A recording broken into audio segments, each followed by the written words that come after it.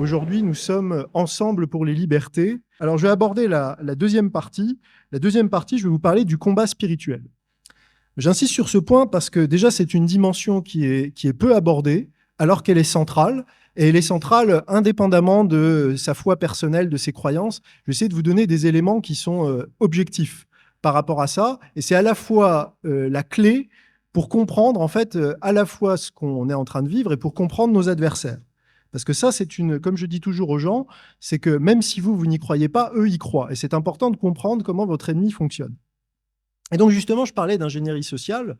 Il faut savoir qu'il y a eu un énorme travail d'ingénierie sociale pour en fait imposer un projet qui est le projet, ce qu'on peut appeler le matérialisme. Alors, le terme technique de ça, c'est le naturalisme. Qu'est-ce que ça veut dire? Ça veut dire qu'en fait, il n'y a plus de surnaturel. Donc, concrètement, qu'est-ce que ça veut dire? Ça veut dire qu'on ne croit plus à l'âme, on ne croit plus à la vie après la mort, on ne croit plus, bien sûr, à l'enfer, au paradis, ou à la puissance de la prière ou au miracle. Et ça, aujourd'hui, ça peut sembler banal parce qu'on baigne là-dedans. Et en fait, les gens qui croient encore à ça sont vraiment une minorité. Mais ça a été un long travail de plusieurs siècles pour, je dirais, pour habituer l'Occident à ça. Et c'est propre à l'Occident. Ça, il faut aussi toujours avoir ce recul, c'est qu'il y a des choses qu'on considère comme acquises, qui sont acquises juste parce qu'on vit dans une civilisation donnée, dans notre contexte culturel donné. Vous allez dans le reste du monde, ce matérialisme, ce refus du surnaturel, il n'est pas du tout présent. Et aussi, pourquoi je vous explique ça? Parce que ça a des conséquences très concrètes, et vous allez voir le lien avec le projet mondialiste. Par exemple, si vous pensez qu'il n'y a pas de vie après la mort, ça veut dire que vous n'avez que cette vie sur Terre.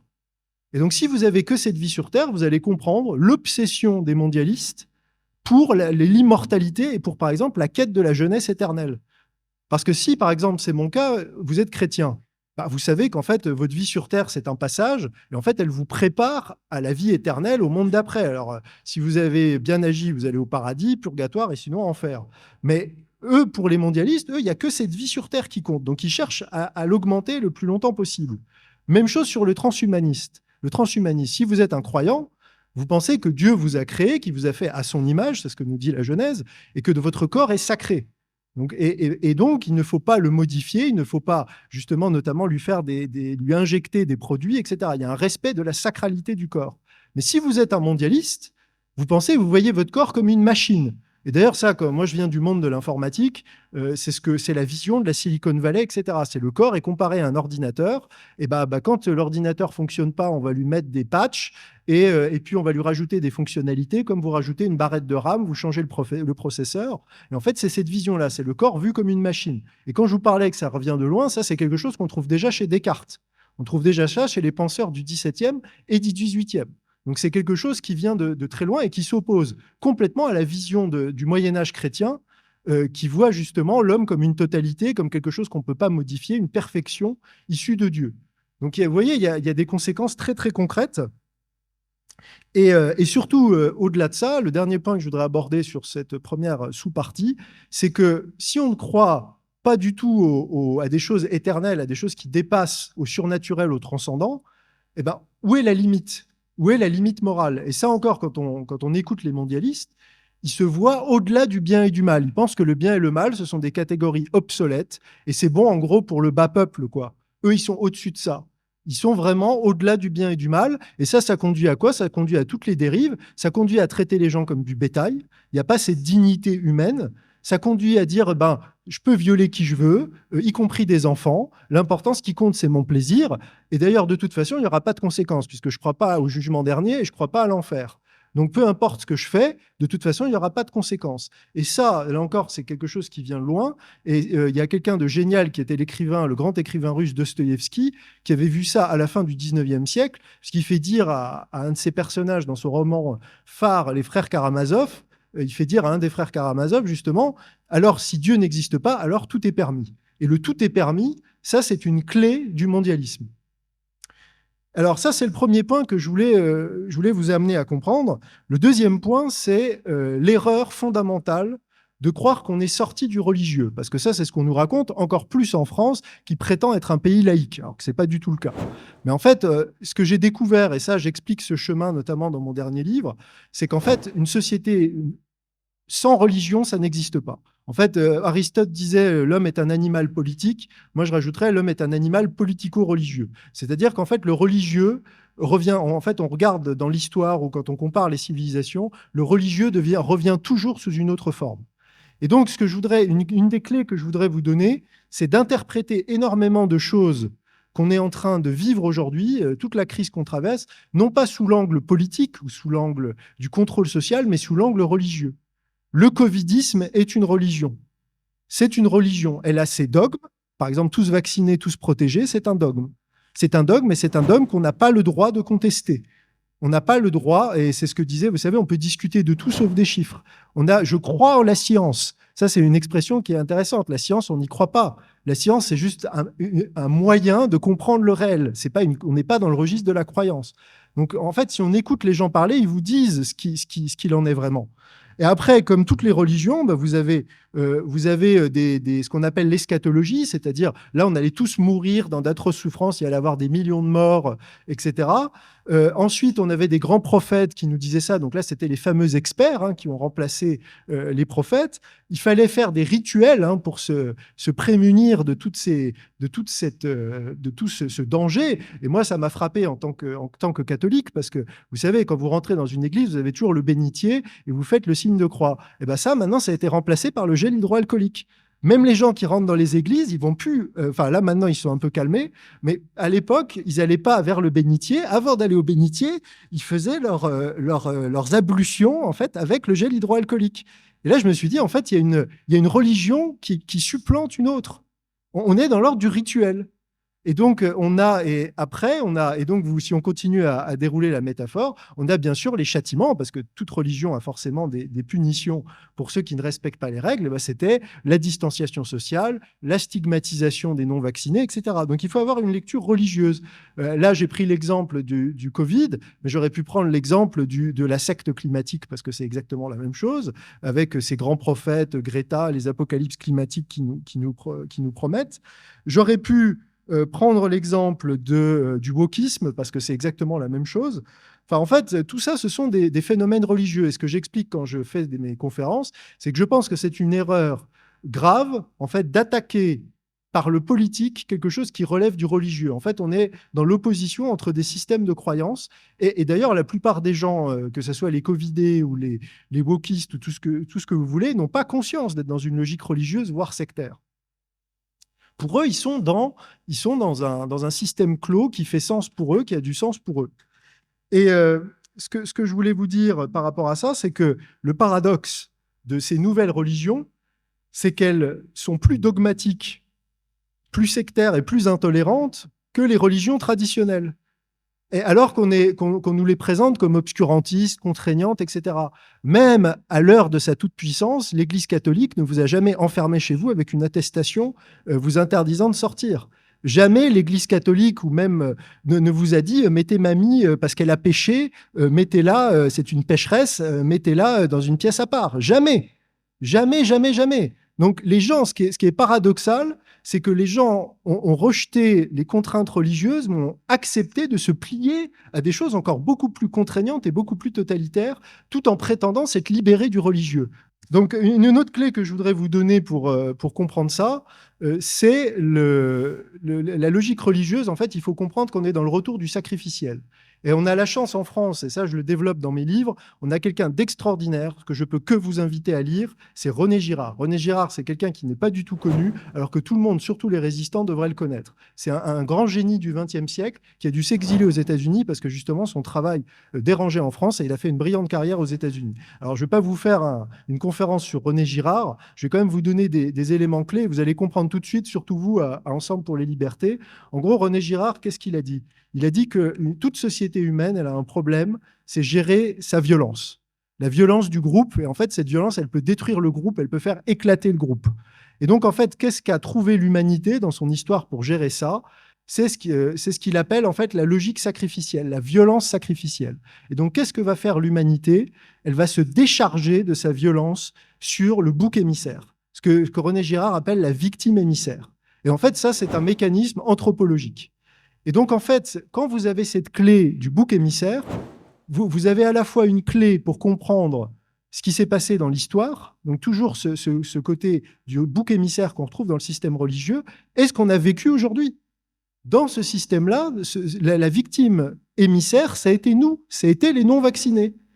On a été le bouc émissaire du système en place qui recherchait. En fait, c'est ce qu'explique très bien Girard, c'est quand il y a une crise, et notamment il dit que c'est assez fascinant, il n'était pas là, il est mort il y a quelques années, une dizaine d'années, s'il avait vu la crise Covid, il aurait vraiment tout de suite appliqué sa grille, parce que c'est notamment quand il y a des crises type des guerres et surtout des épidémies. Quand il y a une épidémie, notamment les épidémies de peste, il fallait trouver une victime émissaire.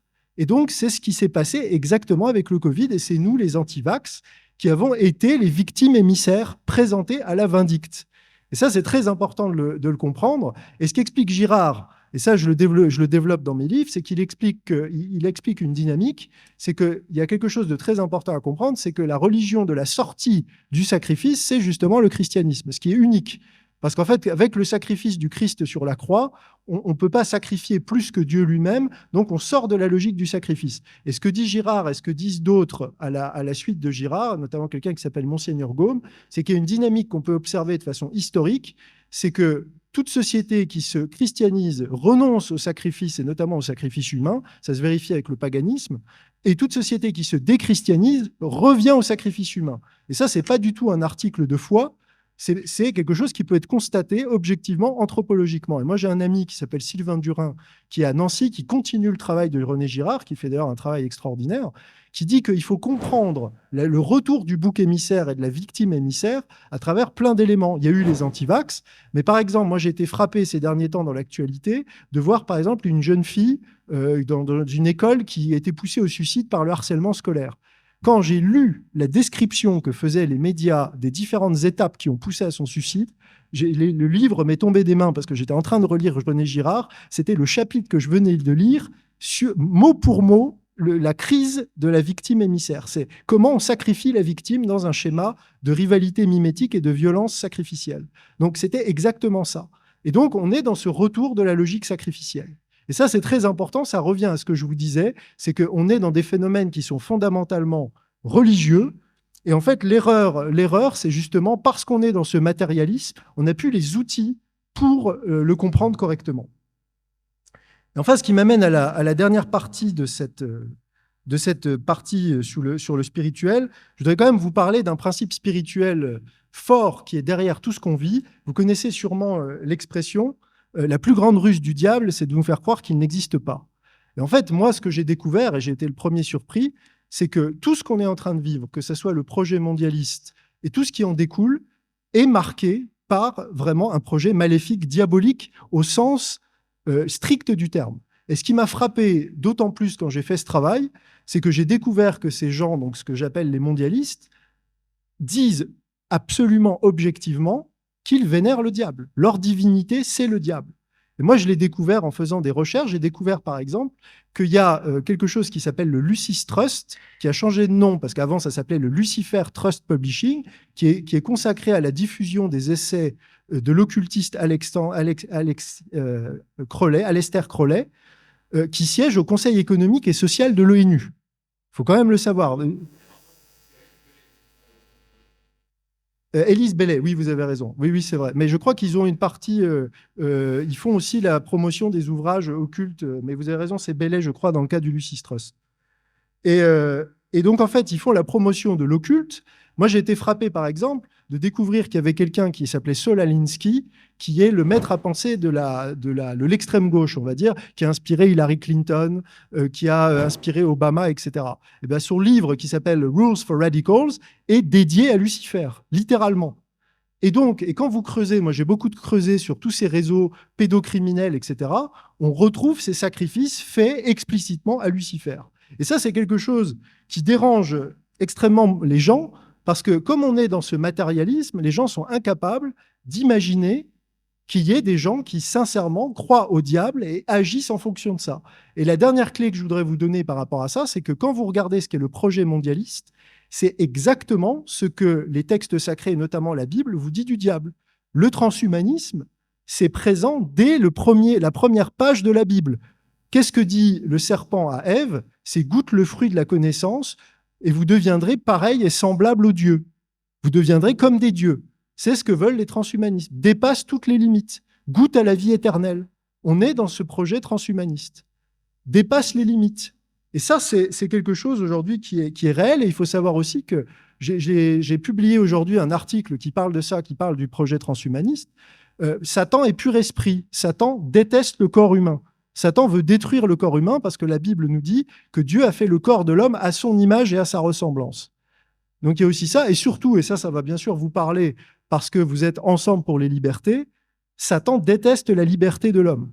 Absolument. Satan cherche à vous enchaîner par différentes choses et notamment par le péché. Et ça, c'est très important de le comprendre. Et tous les gens, vous savez, la culture populaire a bien présenté ça, a présenté le pacte avec le diable. Et vous avez toujours l'impression que vous faites une bonne affaire, mais en fait, à la fin, vous vous faites toujours avoir. Et ça, le mondialisme, c'est ça. Le mondialisme, c'est, vous allez avoir le pouvoir, vous allez avoir l'argent, vous allez avoir l'influence, mais vous allez devoir me servir. Et ça, c'est quelque chose de réel. Et ça, je le détaille dans mes livres. Vous verrez, il y a tout un essai qui est consacré à la symbolique occulte. Pour avoir travaillé là-dessus, vous serez sidéré du nombre de personnalités, que ce soit acteurs, chanteurs, chefs d'entreprise, qui manifestent leur allégeance par ces symboles occultes. Donc moi, ce que je voudrais vous dire aujourd'hui, c'est que si vous êtes dans ce combat pour les libertés, en fait, votre véritable adversaire, celui que vous combattez, c'est le diable. C'est véritablement votre ennemi parce que c'est lui l'ennemi des libertés. Et ça, c'est assez incroyable parce que déjà la Bible nous le dit. C'est saint Paul qui, dans sa lettre aux Éphésiens, dit « Car nous ne luttons pas contre la chair et le sang, mais contre les principautés. » Donc c'est ce que je dis toujours. La chair et le sang, c'est Emmanuel Macron, c'est Klaus Schwab, c'est George Soros, c'est tous ces gens, c'est tous ces mondialistes. Mais si vous voulez être efficace, il faut viser le principe spirituel qui est au-dessus. Et vous comprenez, je vous parlais d'ingénierie sociale, est-ce que le meilleur moyen de vous rendre inoffensif et inefficace, c'est pas de vous avoir privé des outils pour comprendre qui est réellement votre adversaire? Comment se battre? Alors c'est très simple. Parce qu'il y a vraiment des motifs d'espoir. Parce que souvent les gens me disent, mais qu'est-ce qu'on peut faire? Qu'est-ce qu'on peut faire face à cette puissance? Et même si vous avez raison, Monsieur Berton, cette puissance diabolique qui nous dépasse même humainement. Ben, il y a plein de choses qu'on peut faire. Alors déjà, la bonne nouvelle que je peux vous dire, c'est que vous n'êtes pas les seuls à vous battre. Il y a beaucoup de gens dans le monde qui se battent, il y a une vraie résistance, et il y a des gens qui connaissent ce projet de nouvel ordre mondial. Nous, on a découvert, je pense que beaucoup d'entre nous, on a découvert tout ça à l'occasion de la crise Covid. Martine a expliqué que je l'avais aidé à comprendre ça. Moi, je l'ai compris aussi très récemment. J'ai passé 20 ou 30 ans de ma vie sans comprendre tout ça. Mais il y a des gens qui ont compris ça bien plus tôt, qui ont compris ça dans les années 60, 70. Et donc, il y a des gens qui ont mis en place un moyen de se battre contre le nouvel ordre mondial. Je vais vous dire quelque chose qui va vous surprendre. On a eu le Covid en 2020. Mais il faut savoir qu'on n'a pas eu ce qui était prévu par le plan. Quand vous lisez les plans des mondialistes, le Covid, on devait l'avoir pendant 5 ans. Pas 1 an et demi. On devait alterner pendant 5 ans, confinement, réouverture, etc., jusqu'à ce qu'à la fin, les gens soient tellement désespérés qu'ils acceptent de se vacciner n'importe où, n'importe comment. Quand vous regardez des choses comme le projet, par exemple, Lockstep de la Fondation Rockefeller, c'est ce qui était prévu. Et moi qui travaille beaucoup sur la vie politique américaine, on devait avoir 8 ans d'Obama, 8 ans de Clinton, et après, suivi d'une guerre nucléaire avec la Russie. Donc ça, c'était le plan. Et en fait, ce plan, il a été déraillé. Alors, je ne vais pas rentrer dans les détails. Il y a des éléments que je n'ai pas. J'ai essayé de recoller un peu les pièces du puzzle. Mais il faut savoir qu'il y a des gens qui se battent en coulisses et il y a des preuves objectives de choses qui bougent. La preuve la plus objective que je peux vous donner, c'est par exemple l'effondrement du dollar. L'effondrement du dollar, c'est quelque chose d'objectif qui est en train, et quand on comprend ce que c'est que le dollar, comment le dollar était central dans ce projet de nouvel ordre mondial, d'ailleurs c'est écrit sur le billet, regardez toute la symbolique occulte qu'il y a sur un billet les dollars, notamment il y a écrit « Novo Ordo Seclorum », le nouvel ordre des siècles, qui est écrit sous la pyramide avec l'œil. Donc ça c'est la réalité. Le dollar aujourd'hui, le système du dollar est en train d'imploser complètement. On est dans une reconfiguration qui est portée notamment par la Chine et la Russie avec les BRICS, qui sont en train en fait de créer une espèce de coalition internationale qui est en train de ceinturer l'Occident. Alors ça, c'est encore les fake news. Quand on vous dit la Russie est isolée, ça fait vraiment rigoler parce qu'en fait, ceux qui sont en train d'être isolés, c'est nous. Et ce qui est important aussi de rappeler, c'est heureusement pour nous, les autres peuples du monde, notamment les Chinois et les Russes, font la différence entre les peuples occidentaux et leur élite corrompue et leur oligarchie corrompue. Et ça, c'est très important de le rappeler. Mais en tout cas, je peux vous dire qu'il y a beaucoup de choses qui bougent. Je vous parlais très rapidement, par exemple, de tout ce qui touche à la pédophilie, etc. Il y a énormément de réseaux qui sont démantelés un peu partout en Europe, aux États-Unis, au Canada. Ce sont des choses qui ne sont pas martelées dans les médias, mais ce sont des choses qui arrivent, qui sont en train de se produire. Donc, il y a des motifs d'espoir. Le problème, c'est ce que j'explique dans mon livre, dans mon dernier livre, c'est que c'est une guerre invisible. C'est-à-dire que c'est une guerre que l'on voit si on est attentif et qu'on sait quels sont les signaux qui manifestent la réalité de cette guerre.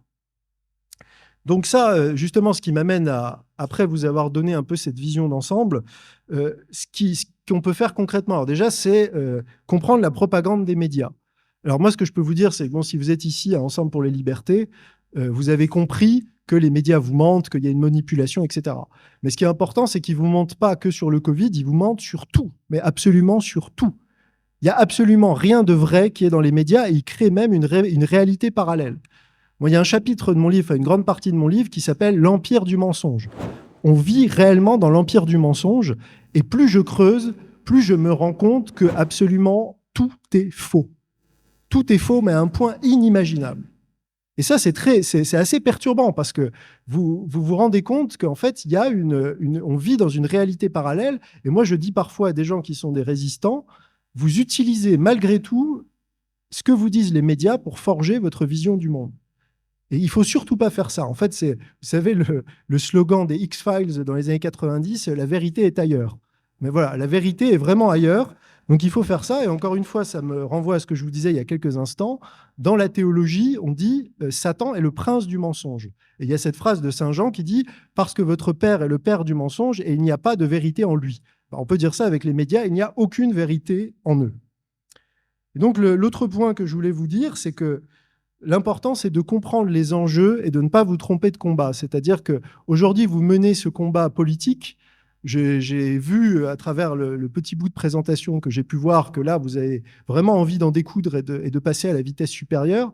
Mais il faut vraiment attaquer le mondialisme sur les sujets qui vont lui faire vraiment mal. Il faut expliquer aux gens ce que c'est que le projet de nouvel ordre mondial. Et surtout, il faut attaquer là où ça fait mal. Et là où ça fait mal, ce sont les sujets dont personne ne parle. Et moi, ce que je peux vous dire à travers cette analyse que je fais, il y a 3 sujets qui tapent vraiment là où ça fait mal et que personne n'évoque. Le premier sujet, c'est celui de la fraude électorale. Vous qui êtes un mouvement politique, il faut avoir conscience de la réalité de la fraude électorale. Moi, j'ai enquêté pendant 1 an là-dessus à partir de ce qui s'est passé aux États-Unis en 2020. J'ai un essai dans le volume 2 de mon livre, de mes livres, de L'Homme et la Cité, qui donne une petite synthèse de ça. Si vous allez au combat politique, alors c'est pas tout à fait vrai au niveau local quand vous êtes dans des petites structures, mais dès qu'il y a un véritable enjeu politique, il y a fraude électorale. Et moi, je suis sidéré que les mouvements politiques n'abordent pas ce sujet.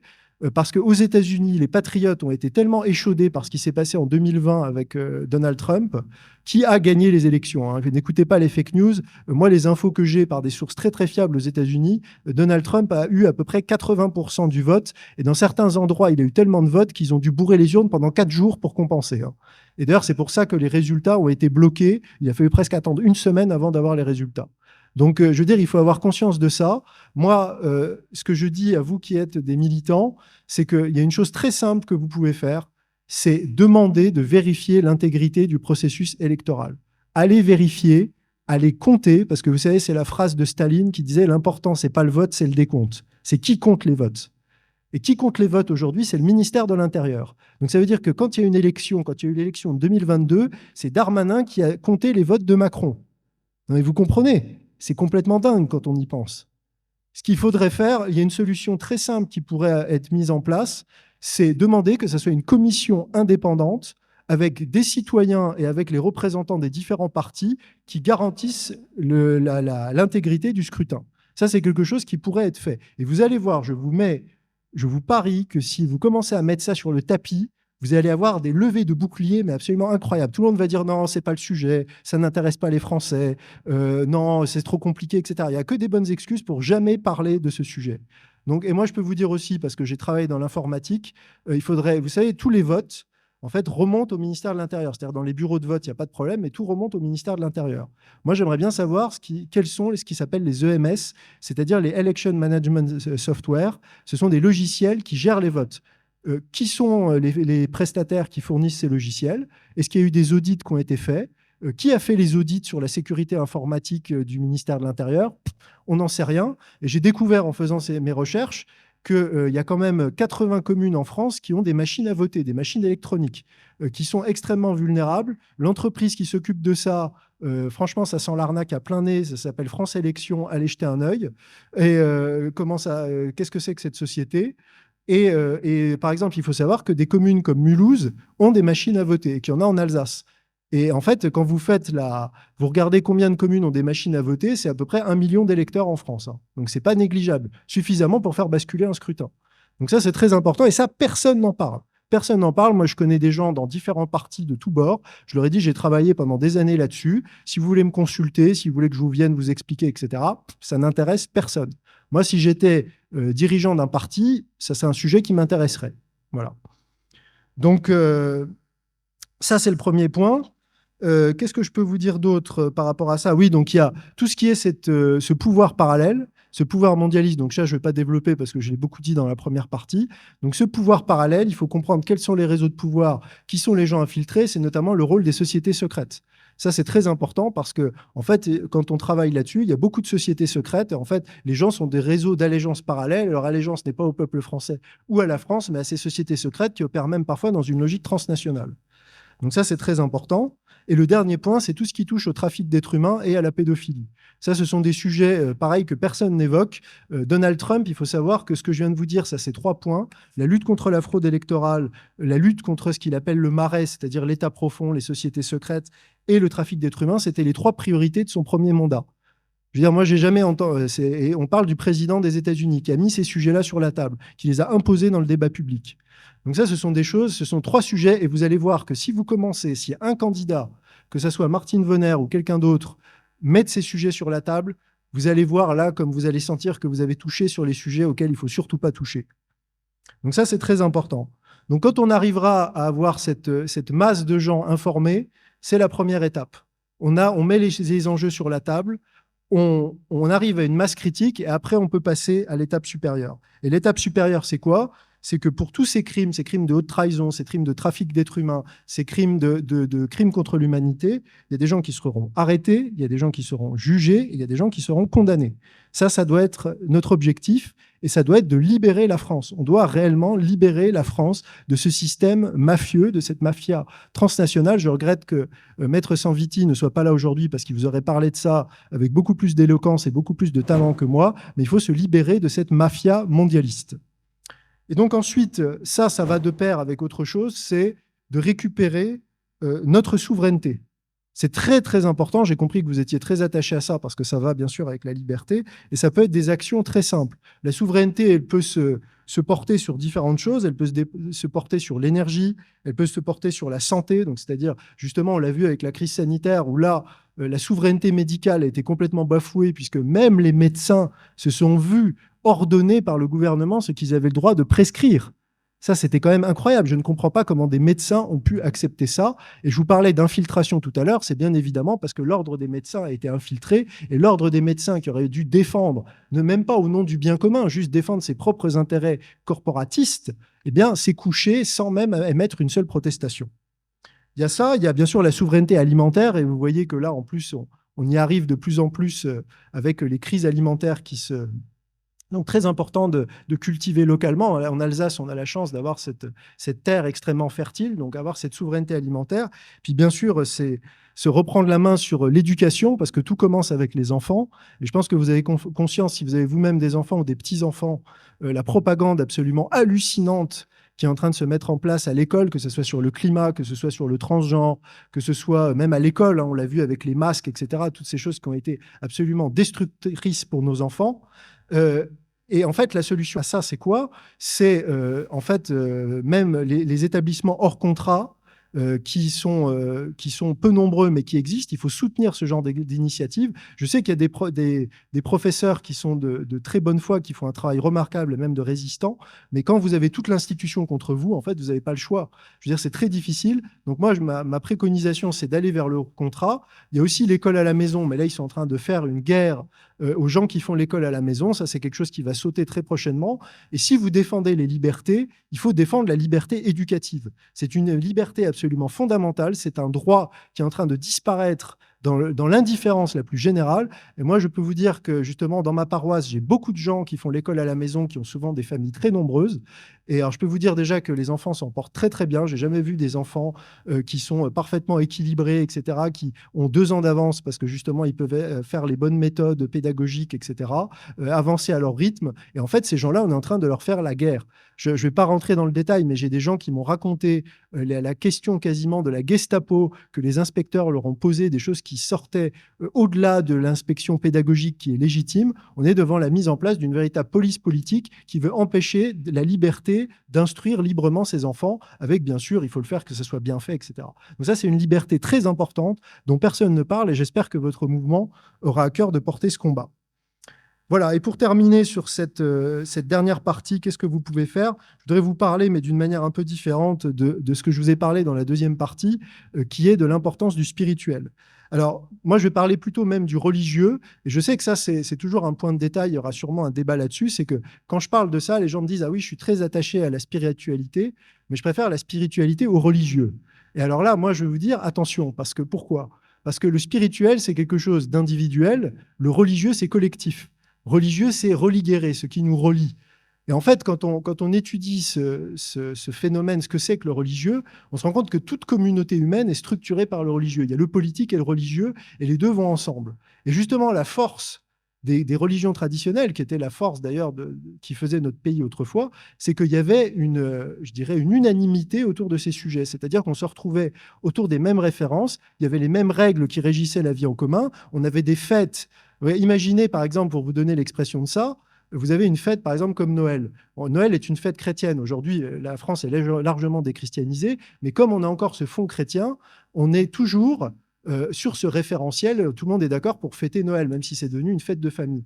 Mais il y a des gens qui commencent d'ailleurs à faire de l'ingénierie sociale avec ça, de dire, en fait, on est un pays multiculturel, etc. Et ben, on va chacun avoir nos fêtes. Donc chacun va faire... Mais vous comprenez que si on commence à faire ça, en fait, il n'y a plus de communauté. Et ce que j'essaye d'expliquer, c'est que, en fait, c'est justement ce que cherchent à faire les mondialistes, c'est-à-dire qu'ils cherchent à casser les communautés, ils cherchent à casser tout ce qui nous relie, et ils veulent des individus. Ils veulent des individus. Et ils veulent des individus politiquement, mais ils veulent aussi des individus spirituellement. Parce que si vous n'avez pas ces objectifs communs, en fait, vous ne pouvez pas vous défendre. Et par exemple, on voit que sur différents sujets, par exemple, que ce soit la défense de la vie, que ce soit la défense contre les enfants, etc., en fait, ce qui fédère les gens, ce sont à la fois du politique, mais aussi du religieux, et que souvent le politique est moins fort et peut-être divise souvent plus que le religieux. Alors là, en France, c'est plus tout à fait vrai. Mais ce que je veux dire aussi, pour terminer sur ce point, c'est que comme on est justement dans une société déchristianisée, il y a des choses qui ne sont plus comprises. Et par exemple, je vais vous donner 2 exemples très brefs. On parle, par exemple, la tarte à la crème, moi, qui m'énerve toujours un peu, c'est quand on dit les 3 monothéismes, finalement, c'est la même chose, c'est le même Dieu. Mais ça, c'est pas vrai. Ça, c'est pas vrai. Pourquoi? Parce qu'il y a une différence fondamentale. Par exemple, la différence fondamentale, c'est que les chrétiens pensent vraiment que le Christ était le Messie. Et donc, ils pensent... ce n'était pas le cas des musulmans qui pensent que c'est un prophète et qu'il a été escamoté sur la croix, et les juifs ne le reconnaissent pas comme le Messie. Donc il y a une différence. Et si vous comprenez ce que je vous ai dit tout à l'heure par rapport à René Girard, il y a quelque chose de très important dans notre culture qui est un élément objectif, que ce soit vraiment Dieu qui se soit sacrifié sur la croix. Et un autre élément, puisqu'on est ensemble sur les libertés, la liberté, elle se retrouve dans le christianisme. Il n'y a pas de déterminisme dans le christianisme. Dieu vous laisse toujours libre. Et ça, c'est aussi quelque chose qui nous semble évident, cette liberté occidentale qui est assez unique, mais qui vient justement du christianisme. Et ça, ce qui est très important, c'est que justement, Dieu nous laisse toujours le choix. Et ça, c'est très important. Et c'est quelque chose dont on baigne tellement là-dedans qu'on a perdu la spécificité de notre propre culture et on n'est plus capable de la défendre et de l'apprécier. Et c'est justement ce que j'essaye de faire, de rappeler ces choses qui sont des éléments objectifs à travers mon propre travail. Donc pour terminer mon intervention, je voudrais vous dire qu'aujourd'hui, vous l'avez tous compris aujourd'hui, on est dans un moment absolument charnière de l'histoire. On est face à des criminels qui sont des gens qui ne vont pas du tout nous lâcher, en fait. Ils nous ont déclaré une guerre absolument impitoyable, une guerre sans pitié, et ils ne s'arrêteront pas. C'est vraiment eux ou nous. Et il faut bien comprendre l'agenda que j'ai essayé de vous décrire. Cet agenda, il est en train d'être mis en place. Il va être déployé petit à petit. Et s'il n'y a pas des gens, des résistants comme vous, comme Martine, comme moi, qui se levons, en fait, personne ne fera obstacle à ce projet. Et donc, ce projet, il va falloir se battre, il va falloir nous battre de toutes nos forces, se battre pour la vérité, nous battre pour la justice, nous devons nous battre aussi pour nos enfants, nous devons nous battre pour les plus faibles, pour les plus fragiles, et notamment tous ces gens qu'on a laissés mourir dans les EHPAD, qu'on a même tués dans les EHPAD. Nous devons nous battre pour tous les suspendus, pour tous ceux qui ont résisté à cette tyrannie sanitaire.